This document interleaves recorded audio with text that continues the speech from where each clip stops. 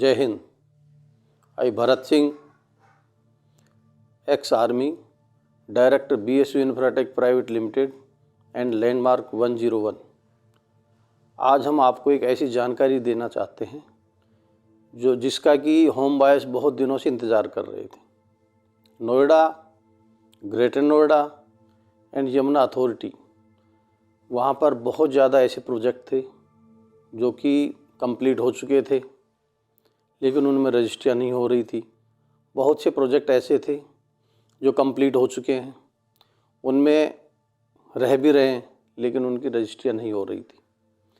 इसका जो सबसे बड़ा नुकसान था वो होम बायर्स को था। अभी ministry of housing and urban development द्वारा एक कमेटी गठित की गई थी, जो कि श्री अमिताभ कांत जी द्वारा गठित थी। उसकी कुछ एक सिफारिशें थी। वो सिफारिशें होम बायर्स के लिए भी बहुत ही उपयोगी है और प्रोजेक्ट में बिल्डर्स के लिए भी। ये होम बायर्स और बिल्डर्स दोनों के लिए ही फ़ायदेमंद है, क्योंकि बिल्डर्स पर भी काफ़ी दबाव था, जिसके कारण वो प्रोजेक्ट को कंप्लीट नहीं कर पा रहे थे। अमिताभ कांत कमेटी, उसमें ये सिफारिश थी कि जो बिल्डर्स थे उन पर कोरोना काल के दौरान भी इंटरेस्ट लगाया जा रहा था। इस कमेटी की जो सिफारिश थी उसमें था कि अप्रैल 2020 से 31 मार्च 2022 तक इसको जीरो पीरियड घोषित किया गया, जिसमें कि बिल्डरों को इंटरेस्ट से फ्री रखा गया। इसकी वजह से ये हुआ कि बिल्डर्स ने जो पेमेंट या जो इंटरेस्ट अथॉरिटी को पे करना था, वो इस अमाउंट को अपने बकाया धन में अथॉरिटी को पे कर देंगे। इसका फ़ायदा ये होगा कि होम बायर्स जो हैं उनके प्रोजेक्ट लटके हुए थे। अब इस कमेटी की जो सिफारिश थी यूपी गवर्नमेंट के पास गई। पिछले सप्ताह ही यूपी गवर्नमेंट ने इन सिफारिशों को अप्रूव कर दिया। शायद कुछ दिन में ही ये जो कार्रवाई है सकारात्मक रूप से शुरू हो जाएगी।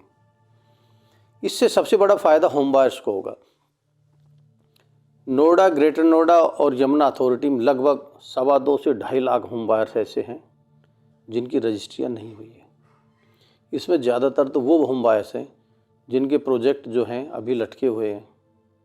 होम बायर्स EMI भी पे कर रहे हैं और अपने रेंटेड अकोमोडेशन में रह रहे हैं। उन पर दोहरी मार पड़ रही है कि वो किराए के मकान में भी रह रहे हैं और बैंक की EMI भी पे कर रहे हैं। बहुत ज़्यादा होम बायर्स ऐसे हैं जो बुज़ुर्ग हो गए, 10 से 15 साल प्रोजेक्ट को लटकते हुए हो गए, जो पेंशन भी आ चुकी है, पेंशन के बाद में भी उनको घर नहीं मिल रहे। और कुछ एक ऐसे हैं जो अपने मकान को बेचना चाह रहे हैं क्योंकि उन पर EMI चल रही है। बिना रजिस्ट्री के बैंक उनमें लोन नहीं कर रहे हैं और सेल्फ फंडिंग की वजह से जो प्रोजेक्ट हैं वो 65-70% जो उनकी हकीकत वैल्यू उस पर बिक रहे हैं, जिससे होम बायर्स को बहुत लॉस है। अब ये रजिस्ट्री की कार्रवाई जैसे शुरू हो जाएगी, इसमें जो मकानों में रहने वाले उनको तो फ़ायदा होगा ही होगा। जो लोग मजबूरीवश अपने मकान को बेच रहे हैं और अभी औने पौने दाम में बेच रहे थे, उनको भी फ़ायदा होगा। रजिस्ट्री की वजह से सभी बैंक फाइनेंस करने लग जाएंगे। होम बायर्स के लिए ये होगा कि ज़्यादातर दिल्ली, नोएडा, गुड़गांव में सर्विस क्लास के लोग हैं जो कि हाउस लोन पर ज़्यादा डिपेंड है। उन लोगों के लिए क्या हो गया था कि बिना रजिस्ट्री वाले फ्लैटों को ख़रीदना मुश्किल हो गया था, और जहां रजिस्ट्रियां थी उन सोसाइटियों के रेट बिना रजिस्ट्री वाली सोसाइटियों की अपेक्षा कम से कम 35 से 40% ऊपर चल रहे थे, और मजबूरनवश उन लोगों को उन रजिस्टर्ड प्रोजेक्टों में जाना पड़ रहा था जहां रजिस्ट्रियाँ चल रही थी।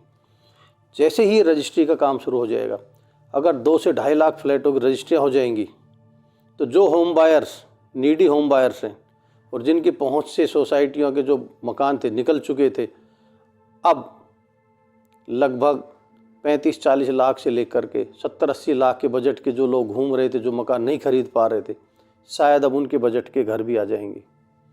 क्योंकि बहुत ज़्यादा प्रोजेक्ट ऐसे हैं जो 40-50 लाख से 70-80 लाख के बजट के हैं, लेकिन रजिस्ट्री की वजह से उनमें खरीद फरोख्त लगभग बंद हो चुकी थी।